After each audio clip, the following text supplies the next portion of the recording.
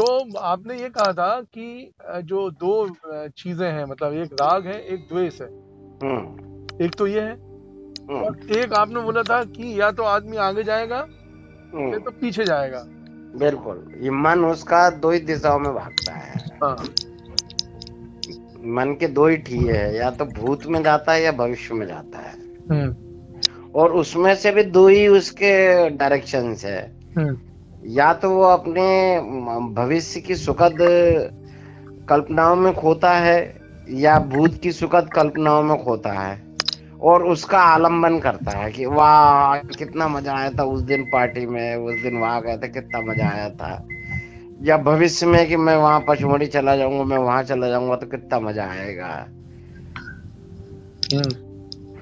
और दो दो आलम्बन ये है कि जब वो दुख में खोता है, और यार पिछली बार ऐसा हुआ था तो ये हो गया था, साला वो बहुत कष्टप्रद था यार, भगवान वो नहीं, अरे नहीं नहीं नहीं नहीं, ये मुझे नहीं चाहिए।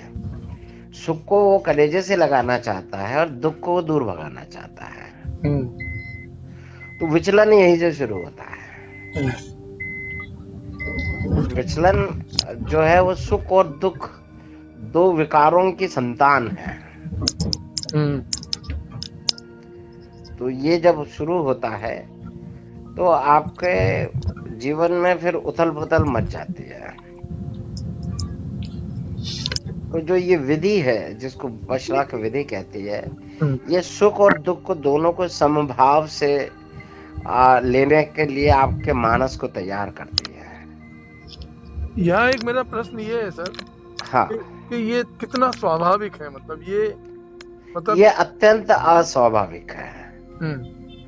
क्योंकि अत्यंत अस्वाभाविक इसलिए है क्योंकि स्वाभाविक वो चीजें होती है जिसके लिए आप अभ्यस्त होते हैं। अब जिस चीज के लिए आप अभ्यस्त नहीं होते वो आपके लिए बहुत अस्वाभाविक है। जिसने साइकिल देखी नहीं है उसके लिए साइकिल चलाना अस्वाभाविक है, और जिसने साइकिल देखी है और साइकिल से सीखा और चलाते हुए दो चार बार गिरा है और अब वो फर्राटे मारना चलाना सीख गया तो साइकिल चलाना उसके लिए बहुत स्वाभाविक है। तो कोई भी चीज जब स्वाभाविक होती है या कोई भी चीज जब अस्वाभाविक होती है उसके साथ उसकी पृष्ठभूमि जुड़ी होती है। जिसने भी यदि समभाव से चीजों को ग्रहण करने की अपनी शक्ति को विकसित किया है उसके लिए यह विधि अत्यंत स्वाभाविक है। और जो मोह माया राग द्वेष के जीवन में अपने गोते लगाते आया है उसके लिए यह बहुत अस्वाभाविक है। तो ये अत्यंत सापेक्षिक है, सापेक्ष कहते हैं ना। नहीं, इसमें एक बात ये भी है कि सारा कुछ जो हो रहा है, हमारी जो विचार की श्रृंखला है वो मन से संचालित हो रही है, निश्चित रूप से, है ना। और जो राग द्वेष ये मन की मतलब चित्त की वृत्ति है ना। बिल्कुल चित्त की वृत्ति है, या तो वो राग में जाएगा या द्वेष में जाएगा। हाँ। और आपने ये भी कहा था कि मन जो है वो सांसों के जरिए आप उसको काबू कर सकते हैं। हाँ। भाई जैसा घोड़ा है तो घोड़ा बहुत तेज है, बहुत जंगली घोड़ा है, बहुत ताकतवर घोड़ा है, तो आप उसको लगाम से पकड़ते हैं ना। तो लगाम जो है वो मन की लगाम जो है वो सांसें है।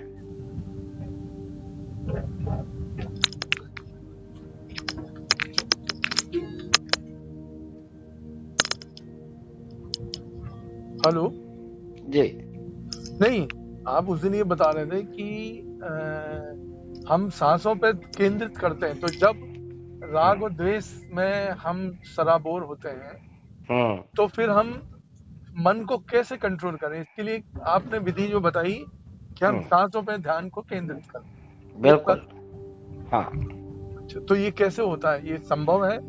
ये बिल्कुल संभव है, परंतु ये अभ्यास की विषय वस्तु है। अभ्यास मतलब ये नहीं कि आपने एक बार सांस ली और बोला यार ये तो काबू में नहीं हुआ, तो ये ऐसे काबू में नहीं होता है।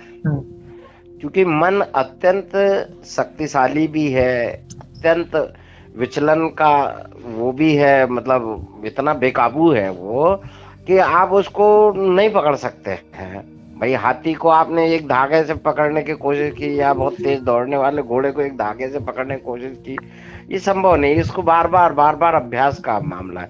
जैसे आप सांसों पे लगातार 10 दिन जब आप काम करते, मिनिमम 10 डेज आप सांसों पे अभ्यास करेंगे तो आप पाएंगे कि आप मन को काबू करने में काफी हद तक, पूर्ण रूप से तो नहीं कर सकते, पूर्ण रूपेण करेंगे तो आप बुद्धत्व को प्राप्त कर जाएंगे। Oh yes. पर आपको ऐसा लगता है, वो झलक आपने देखी है कि 200% ओके काबू आता है?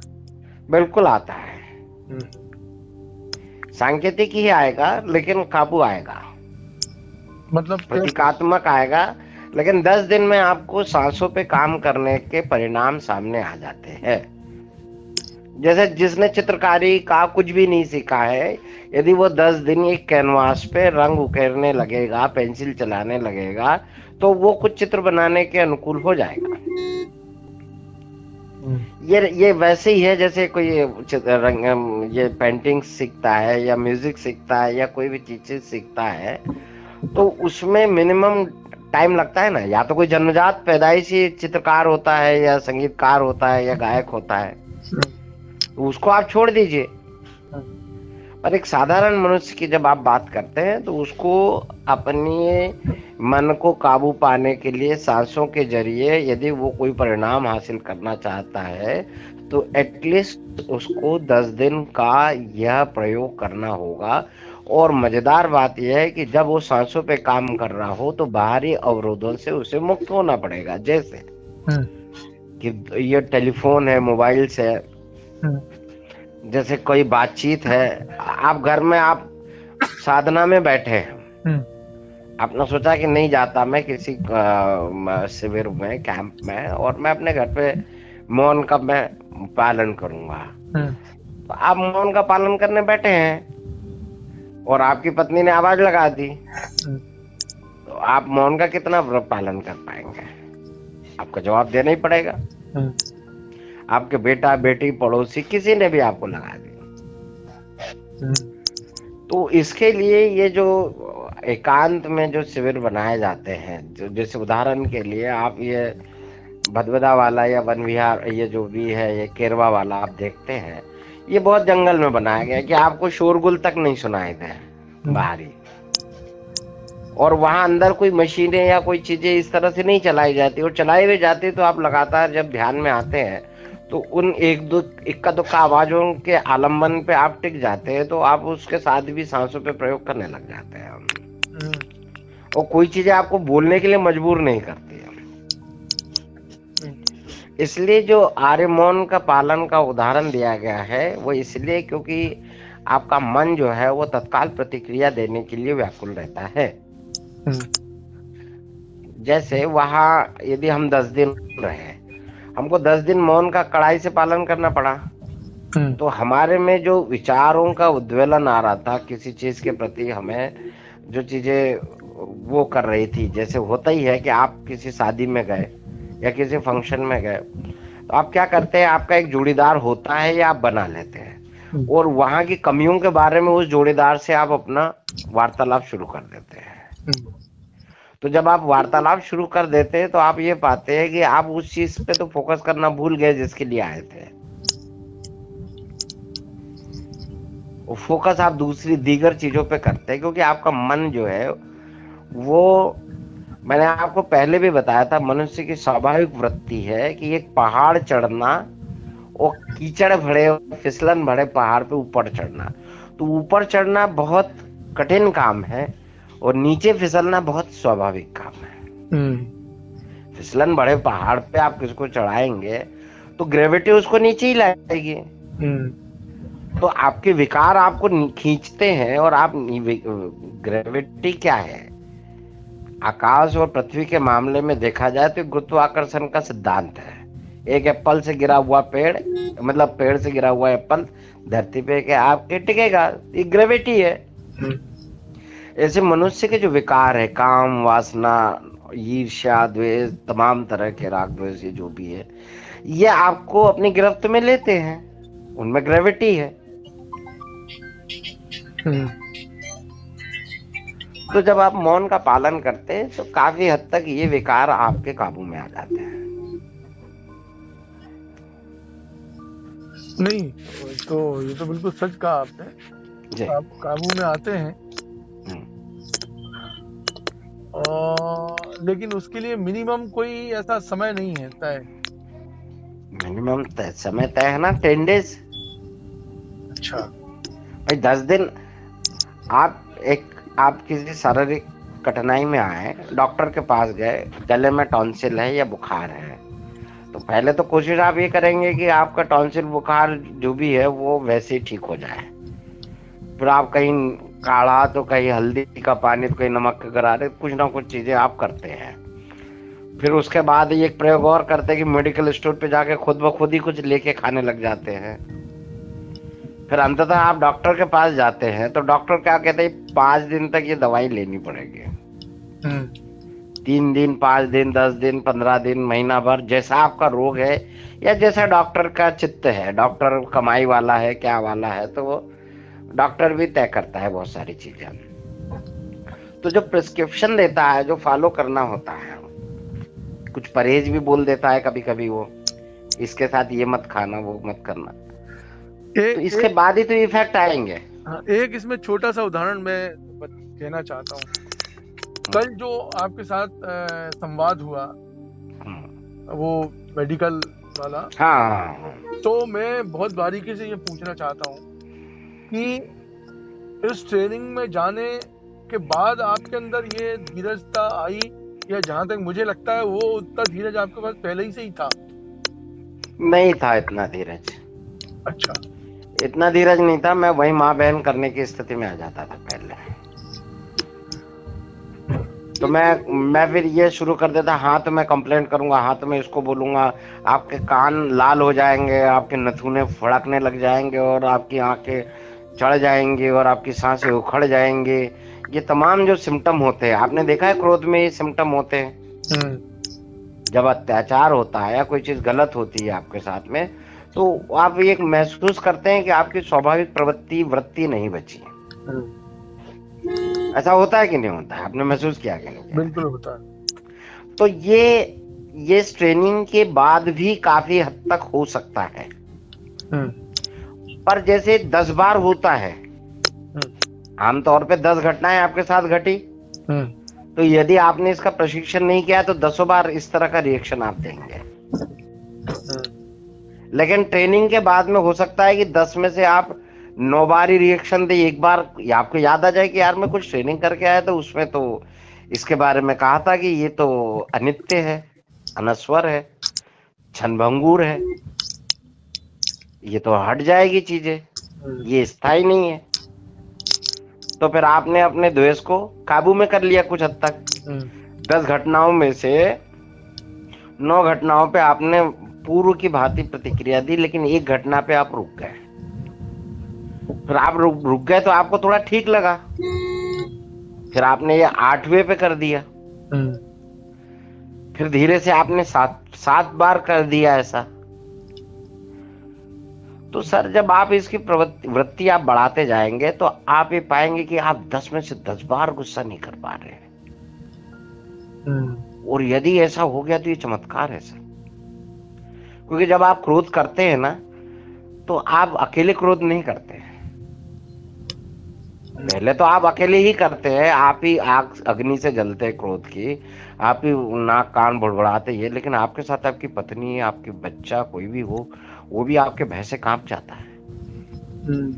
वो ये सोचने लगते यार इस आदमी का बीपी ना बढ़ जाए, इसको अटैक ना आ जाए, या फिर ये भी सोचने लगते हैं कि यार ये अकेला है, वो 4 लोग है, साला वो कोई पीटने ना लग जाए। भाई आपकी बीबी ये भी डर सकती है ना कि मेरा आदमी अमिताभ बच्चन फिल्म में तो है नहीं कि 10 गुंडों को मार रहा है, हाथ वो भी उठा सकते हैं।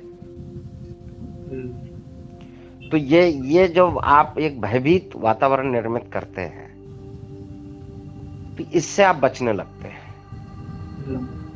और जब आप इससे बचते हैं तो आप देखते हैं कि आपके चारों तरफ एक सुखद वातावरण निर्मित होता है, आप मंद मंद मुस्कुराने लगते हैं। तो मुस्कुराहट भी संक्रामक होती है और क्रोध भी संक्रामक होता है।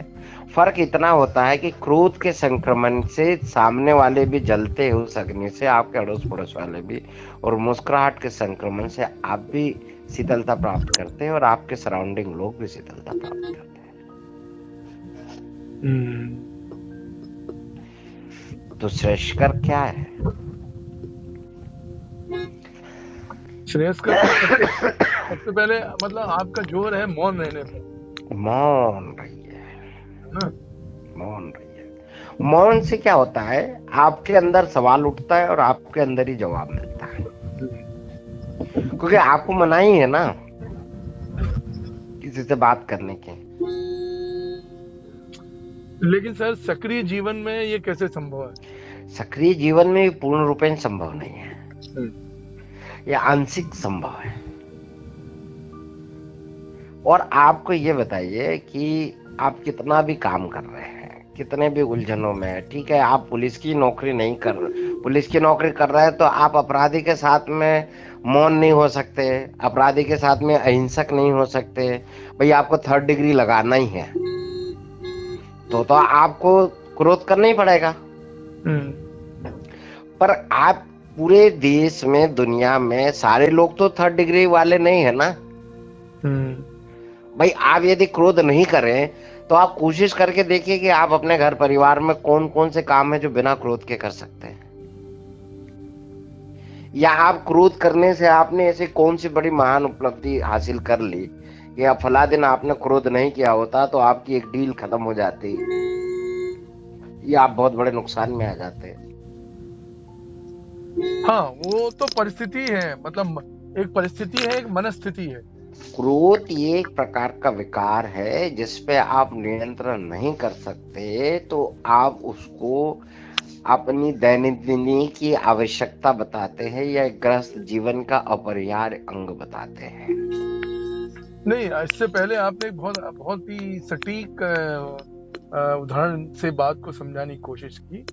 ये ऐसे ही है कि हम कहीं जाते हैं, मान लो किसी के आमंत्रण पे, किसी फंक्शन में गए, तो वहाँ की कमियों को बताने के लिए हम एक अवलंबन खोजते हैं। मान लो कोई एक मित्र ही मिल गया, हाँ, तो हम शुरू हो जाते हैं कि देखो यहाँ ये दिक्कत है, यहाँ ये ऐसा नहीं है, वैसा नहीं। तो जो हमारा मेन मोटिव है वो खत्म हो जाता है। हाँ, तो इसी तरीके से आवेग जब हमें आता है तो हम मतलब एक दूसरे जोन में चले जाते हैं। क्रोध उसको या वृत्ति जो है आवेग का अवलंबन करती है ना, पर उसको जाने से पहले कैसे, मतलब उसको कैसे संतुलित करें या उसको काबू में कैसे करें, ये मेरा सवाल।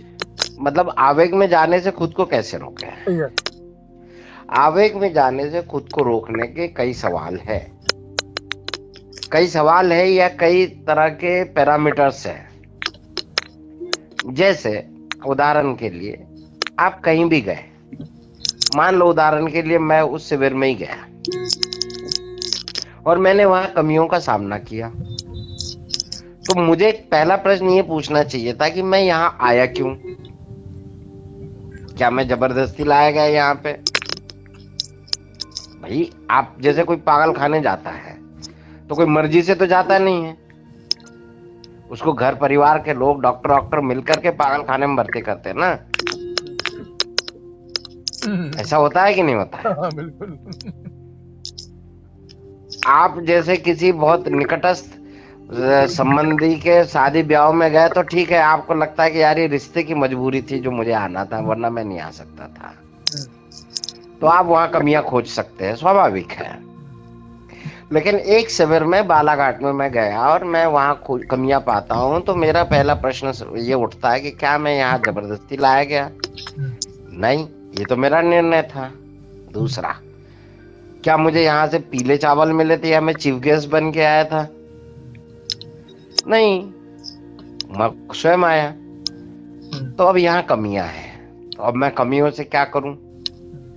भाई कमियों का रोना रोऊं, या मैं जो चीज यहाँ लेने आया था, मैं यहाँ मन की शांति की खोज में आया, मैं यहाँ पर कुछ मौन पे काम करने आया, मैं यहाँ सांसों पे काम करने आया, मैं यहाँ संवेदनाओं पे काम करने आया, मैं कुछ अच्छी बातों पे मनन करने आया, तो यार वो चीजें हो रही है कि नहीं? आपने उसमें भी किसी आवाज में कर्कशता पाई, किसी जो आपका आचार्य है उसके अटेंशन में कमियां पाई, तो यहाँ भी विचलित होने लगा मन, भोजन में विचलित होने लगा मन, रूम में विचलित होने लगा मन, हर चीज में आपको। भाई आप तो कई बार 5 स्टार के आदी है, तो आपको तो भाई दत्ता साहब एक उदाहरण देते थे कि एक भिखारी को सड़क से उठा के लाया, नहला धुला के और मखमली गद्दे पे और उसको सुला दिया, और सवेरे जब थोड़ी देर में जब उसकी नींद खुली तो उसने देखा कि यार वो तो राशि ठाट बाट में। तो थोड़ी देर में वो भूल गया कि वो भिखारी था, उसने कहा ये दासी ये परोसो, ये लाओ ये लाओ, मतलब उसमें वो तत्व जागृत हो गए। भाई उसने तत्काल बुला दिया कि वो इसको डिजर्व ही नहीं करता है, उसमें आलम्बन बद्ध हो गया ना वो। हाँ, मतलब आपके अंदर सारी चीजें पहले से मौजूद है। तो आप जब कहीं जाते हैं तो बहुत गरीबी परिस्थिति से भी आप वहां, आपको गेहूं की रोटी दाल चावल सब्जी समय पे मिल रही है। जैसे आपके पिता ने कहा था कि यार मुझे बड़ा आनंद आया शिविर में, सब समय पे सुनिश्चित तौर से मिलता है और व्यवस्थित मिलता है, और ये वो था। और जबकि वहीं आपका श्री प्रकाश दीक्षित विचलित हो गया। हाँ, नहीं क्योंकि उनने एक बहुत अद्भुत बात बताई, बोले यार वहाँ कोई सवाल नहीं करता है। सवाल का तो प्रश्न ही नहीं, वहाँ मौन है ना। हाँ, मौन का कोई सवाल नहीं है। हाँ, हाँ, मौन का कोई सवाल हो सकता है क्या? आप बता। नहीं भाई मौन में सवाल करने की विधि मुझे तो नहीं समझ में आई।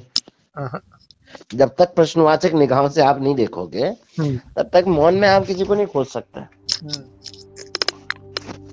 तो ये बड़ी चीज है। सवाल जवाब खत्म हो गए आपके पास।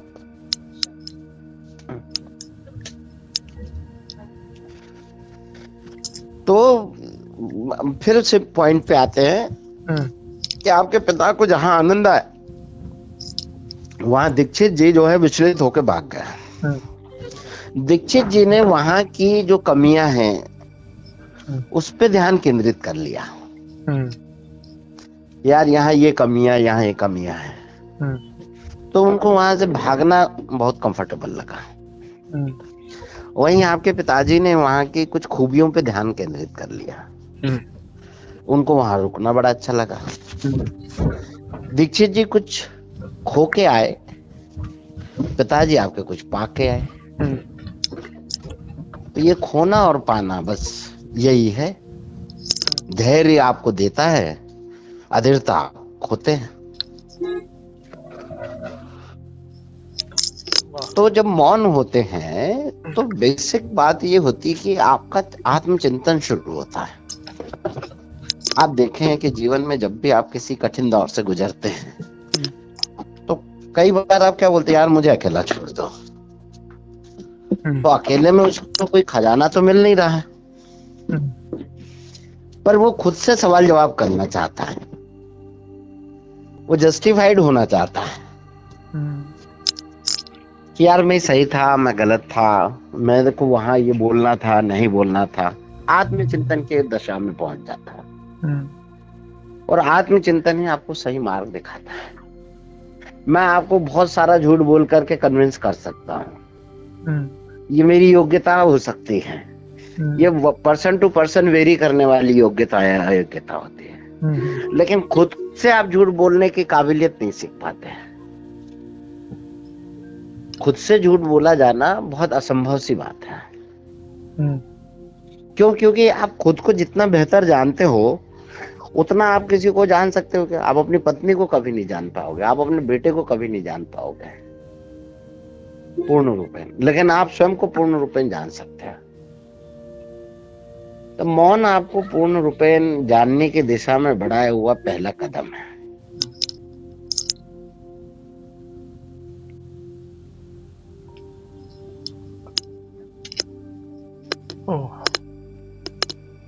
तो मौन इसकी पहली शर्त है सर। और मिनिमम आपको कुछ दिन उसको देना पड़ेगा, तभी वो चीजों का असर आप पे आता है। अच्छा। हाँ भाई, आपसे किसी ने कहा एक बूंद विस्की की चख लो और नशे में हो जाओ, या कल्पना करो कि आप पी रहे हो और नशे में हो जाओ, तो संभव है? नहीं भाई आपके शरीर की क्षमता अनुसार आपको उतनी बूंद विस्की या उतने पैक दिए जाएंगे, तभी आप नशे में आएंगे ना। और तब भी हो सकता है कि आप एक दिन जितने पैक पीकर नशे में आते, जरूरी नहीं कि दूसरे दिन उतने ही पैक में नशे में आए। उससे कम में भी आ सकते हैं और उससे ज्यादा में भी आ सकते हैं। कभी कई बार बोलते यार आज मजा नहीं आया, या किसी दिन आप बोलते यार मजा आ गया आज। तो हर बार आपकी मनस्थिति अलग अलग होती है। आपके शरीर के जो अंदरूनी तत्व होते हैं वो प्लस माइनस का खेल चलता ही रहता है। भाई ये जो परमाणु बम की खोज हुई है बाहर, ये भीतर भी कई सारे परमाणुओं का पुंज है हमारा शरीर में। ये पल पल प्रतिपल हमारे बीच में भी कई अणुओं और परमाणुओं जैसी प्रतिक्रिया होती रहती है, और भीतर भी कई तमाम तरह के विस्फोट होते रहते हैं। जैसे पोखरण विस्फोट बाहर ही नहीं होते हैं, ये भीतर भी होते हैं। पर ये भीतर की जब सुनना होना, आपको भीतर की आवाज, ये भीतर से संवाद जब करना होना, तो उसके लिए मौन और एकांत बहुत परिहार्य होता है। और ये तो बड़ी कठिन, इसको जुटा पाना बड़ा कठिन है। कोई कठिन नहीं, एक फैसला लेना होता है। आप सपोज करिए आपको टाइफाइड हो गया, आपको कोई बीमारी हो गई और डॉक्टर ने कहा भाई 10 दिन हॉस्पिटलाइज होना पड़ेगा। टांग टूट गई आपकी, अब आप चल नहीं सकते, और यदि अभी आप ये टूटी टांग में चलेंगे तो आप जीवन भर के लिए कुलचा के चलेंगे, अपाहिज हो जाएंगे। आपकी गति, चाल की गति सामान्य नहीं रह पाएगी। तो क्या करना पड़ेगा आपको? फिर तो रहना पड़ेगा, बिस्तर पकड़ना पड़ेगा। ठीक है, हाँ। तो जब वो आपको ऐसा बोलेगा डॉक्टर, तो आप मजबूरन वही करेंगे जो डॉक्टर कह रहा है। और जब आप वो करेंगे तो फिर आपको परिणाम समझ में आएंगे। और 10 दिन 12 दिन का आप फैसला जब करेंगे तो आपको परिणाम समझ में आएंगे, उससे कम में नहीं आते। वो ये तो गोयनका जी ने बताया है कि ये तो उन्होंने पहले तो ये कम से कम 1.5 माह का था, 45 दिन का था। अच्छा, हाँ भाई, विपश्यना को आपको समझना है तो आपको 1.5 माह देना पड़ेगा। यस। तो जो लोग 1.5 माह नहीं कर पाते तो उन्होंने क्या किया, फिर उन्होंने उसको 30 दिन किया, और 30 दिन में जो लोग नहीं समझ पाए उन्होंने कहा कुछ और कम करो, तो फिर उसको 10 दिन किया। अब 10 दिन से कम में उसमें नहीं हो सकती बात। अच्छा, हाँ, उतना तो मिनिमम चाहिए। इतना शरीर को मौन चाहिए। ओके। इतना मौन में जाकर के कुछ घटित होता है। ये वैसे ही है जैसे स्टीम में है ना, इंजन या केतली का ढक्कन, आपने पानी भरा और 1 मिनट आपने केतली लगाई और बोले यार ढक्कन भाप से उड़ना चाहिए, है ना? हाँ। तो क्या ये उड़ेगा? नहीं, क्योंकि वो उतना मिनिमम टेम्परेचर चाहिए ना। पानी को भाप में बदलने के लिए या पानी को बर्फ में बदलने के लिए जो एक खास तरह का टेम्परेचर चाहिए, साइंटिफिक है ये। उतना टेम्परेचर जब जनरेट होगा तभी पानी बर्फ में बदलेगा या तभी पानी भाप में बदलेगा। सही है। वरना आप जीवन भर पानी रखे रहिए, अगला। वरना आप जीवन भर पानी को गुंडी में रखे रहिए और उसके भाप में बदलने की उम्मीद कीजिए या बर्फ में बदलने की, और वो नहीं बदलेगी तो आप क्या बोलेंगे? ये सब गलत बात है, ये मिथ्या है, ऐसा कुछ नहीं हो सकता है। क्योंकि हमने तो रखा है पानी, ये क्यों नहीं बर्फ में बदल रहा है या ये क्यों नहीं भाप में बदल रहा है? सही है ना? तो ये 10 दिन सर वो टेम्परेचर की विधि है कि 10 दिन में आपके अंदर कुछ डेवलप होने की एक झलक दिखती है। और ऐसे कई 10 दिन सर, आपने जैसा कहा ना कि कुछ चिकने घड़े होते हैं, कई लोगों के लिए 10 दिन पे बेअसर होते हैं। हाँ, निश्चित तौर पे बहुत बिरले लोग हैं जिन पे 10 दिन की झलक का असर आता है। वो तो 10 दिन तो एक तरीके से एक झलक है, झलक है बस। आगे क्या क्रांति घटने की संभावना है। बिल्कुल सर, इसमें तो एक बहुत बड़ा खतरा भी है जो मैं सरिता जी से डिस्कशन में करता रहता हूँ कि यदि मैंने ये ज्यादा शिविर कर लिए ना, तो मैं सांसारिक चाह के भी नहीं हो पाऊंगा। हाँ, फिर जैसे बुद्ध जो मौन हो गए ना कि बोले यार अब व्यर्थ है यार, मतलब कुछ कहना, कुछ सुनना, कुछ मतलब अब इसका कोई अर्थ नहीं है। हाँ, और वो अकर्मण्यतावाद नहीं है। हाँ, वो समाधिवाद है वो सर, वो लीन हो जाना है ना। और जिसको हम परिश्रम, पराक्रम और जिसको हम दुनियादारी और गृहस्थ और तमाम नाम देते हैं, वो उसका मूल देखा जाए, ठीक है, ये हमने इस युग में ये जो भी युग, मैं तो ज्यादा हिस्टोरिकल आदमी नहीं हूँ कि सतयुग और कलयुग और इनको युग को मानता रहूं, लेकिन भौतिकवाद या सुख सुविधाओं की चीजें अंततः आपके अंदर में खास तरह की निराशा, विकलता और विचलन को जन्म देती हैं।